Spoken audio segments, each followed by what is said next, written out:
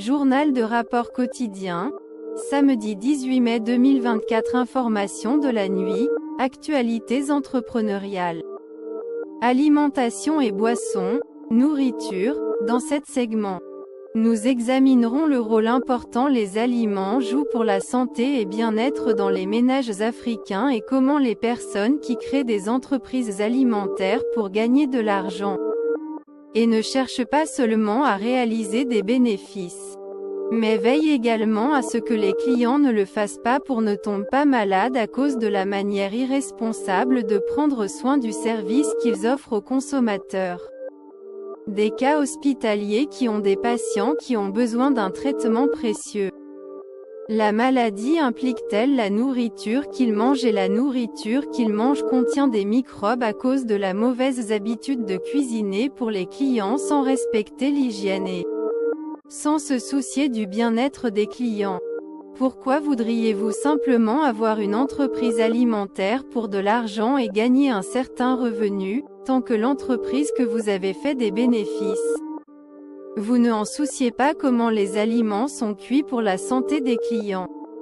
Où pouvons-nous, en tant que communauté qui achetons des aliments distribués dans les épiceries, savoir comment ils ont été fabriqués pour arriver au point d'être vendus à nous le acheteur, à une manière propre et saine, depuis les usines qui fabriquent des emballages alimentaires? Est-ce qu'ils veillaient à ce que les machines ne commettent aucune erreur pendant le processus d'emballage des aliments?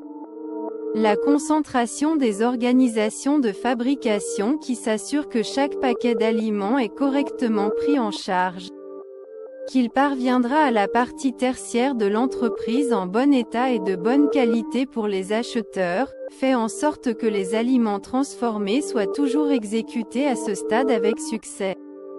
Qu'ils ne peuvent pas nuire à notre être. Nous avons des boucheries qui abattent et servent de la viande fraîche. Où se trouve l'organisation africaine que le public connaît bien car elle enquête également sur des domaines alimentaires comme celui-là et veille à ce que le public mange des aliments sains et propres préparés par les services qui prennent soin de nous en tant que communauté. La technologie utilisée pour les aliments, comme les machines et autres appareils scientifiques qui fournissent des informations précises sur les aliments que nous mangeons. Quelle est la précision de la technologie utilisée dans l'industrie alimentaire pour informer les acheteurs que les aliments que nous consommons sont sains et où le public peut-il trouver ces informations? Les cultures cultivées sont les fèves de cacao, les bananes, les noix de cajou, le café, les arachides, le riz, le caoutchouc, le sucre, le thé, le blé et l'igname. Les agriculteurs africains élèvent également beaucoup de bovins, de chèvres et de moutons, de chameaux d'Afrique du Nord et pêchent dans l'océan et dans les lacs et les rivières. Il est également très important de produire des aliments qui soutiennent de manière positive les thèmes de l'agriculture et de l'économie. Lorsqu'il est temps de vendre sur le marché des aliments que l'entreprise obtient du secteur primaire. Les endroits dans les villes africaines où l'on trouve des zones de restauration de mauvaise qualité sont nombreux, des restaurants en bon état comme McDonald's, KFC et bien d'autres avec de grands standards et une excellente qualité pour clients par rapport aux autres zones de restauration donnent l'exemple de la façon dont les Africains doivent servir les communautés qui mangent à l'extérieur de la maison. Les zones que mangent les écoliers et les travailleurs doivent être propres et saines. Les personnes qui achètent de la nourriture dans n'importe quel restaurant en Afrique ne doivent pas être blessées ou affectées à cause de la nourriture qu'elles ont mangée.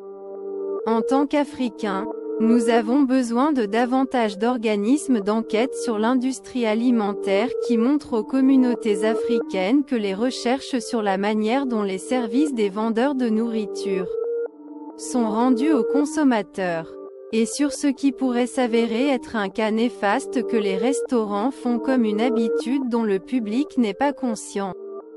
Ces types de restaurants et d'enquêtes alimentaires sont une pratique pratiquée en Amérique pour des résultats sains et que l'on trouve rarement en Afrique. Travailler avec de la nourriture est un service personnel. Les travailleurs du secteur alimentaire effectuent des tâches personnelles pour les gens. Même si qu'ils soient serveurs ou même femmes de ménage, ils s'occupent de nos besoins personnels. Le processus consistant à effectuer un travail de ce type est obligatoire pour que les enquêteurs s'impliquent. Que la nourriture que nous mangeons ne nous fasse aucun mal. Boisson, en Afrique, l'alcool est vendu dans toutes les villes africaines. Beaucoup de gens aiment dépenser leur argent en alcool. Ceux qui travaillent et gagnent un salaire dépensent beaucoup dans les clubs le week-end. Certains deviennent alcooliques et gaspillent leur vie en n'étant pas financièrement stables. Ceux qui ont un emploi ne sont pas productifs au travail s'ils boivent trop le week-end et le lundi n'est qu'un jour de farniente.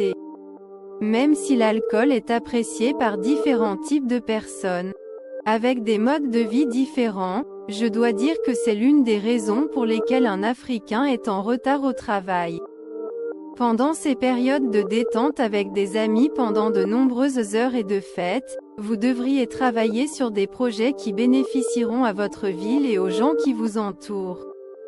Vous pensez davantage à faire quelque chose de formidable pour les gens, à créer de nouvelles choses que les gens pourront expérimenter. En tant qu'entrepreneur, vous devez comprendre que ce n'est pas seulement la responsabilité du gouvernement au pouvoir pour créer une organisation qui peut aider les citoyens du pays à travailler. Il peut également s'agir de la communauté locale qui se rassemble en un quartier qui gagne un salaire et aide les jeunes qui sont en train de devenir quelque chose dans la vie avec des compétences entrepreneuriales.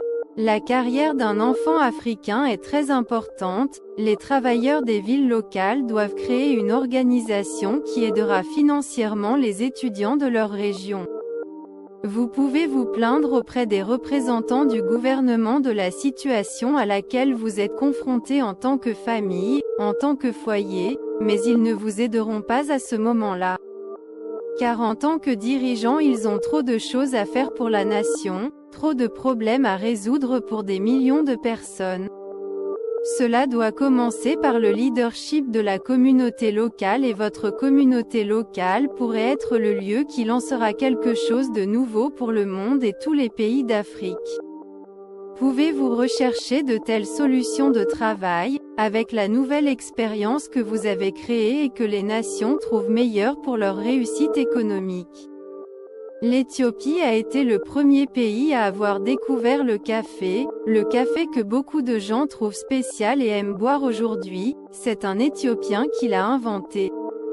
Quand il s'agit de boissons et de prix de l'alcool, dans les pays africains, cela devient vraiment cher. Les Africains pourraient dépenser plus de $100 pour acheter de l'alcool. Mais il ne faut que $100 pour acheter un paquet complet de papeterie en Afrique et $100 est le montant mensuel des frais de scolarité dans l'université en Afrique. Le café vendu dans les magasins et magasins des pays africains est beaucoup moins cher que l'alcool, mais je n'ai jamais entendu parler d'un café en Afrique qui vaut $1 milliard. La raison principale pourrait être qu'en tant que continent, nous n'appliquons pas beaucoup de compétences en entrepreneuriat dans les secteurs dans lesquels nous opérons. Heineken Beer a été fondée à Amsterdam, aux Pays-Bas, le 15 février 1864. Elle est vendue dans plus de 170 pays et vaut aujourd'hui des milliards de dollars. Coca-Cola est vendue dans tous les pays du monde et cela vaut des milliards de dollars. Le 8 mai 1886, le docteur John Pemberton vendait le premier verre de Coca-Cola. Au IXe siècle, le café a été fondé en Éthiopie. Pourquoi les dirigeants africains ne se réunissent-ils pas pour ouvrir une entreprise de café qui pourrait rapporter des milliards de dollars et vendre ce produit dans le monde entier? Mais les Africains dépensent beaucoup d'argent en alcool et perdent du temps à se détendre entre amis, sans avoir pour objectif de devenir des investisseurs pour d'autres entreprises du secteur. Les Éthiopiens devraient vraiment lancer une campagne sur tout le continent qui créerait une entreprise de boissons à base de café exportée dans le monde entier et gagnerait des milliards sur le Marché mondial. Valoriser davantage les compétences entrepreneuriales. Enseigner aux étudiants également à être élevés avec une pensée entrepreneuriale capable de résoudre les problèmes commerciaux. C'est tout pour le moment, retrouvez-nous la prochaine fois dans l'article commerciaux du journal de rapport quotidien. Journal de rapport quotidien,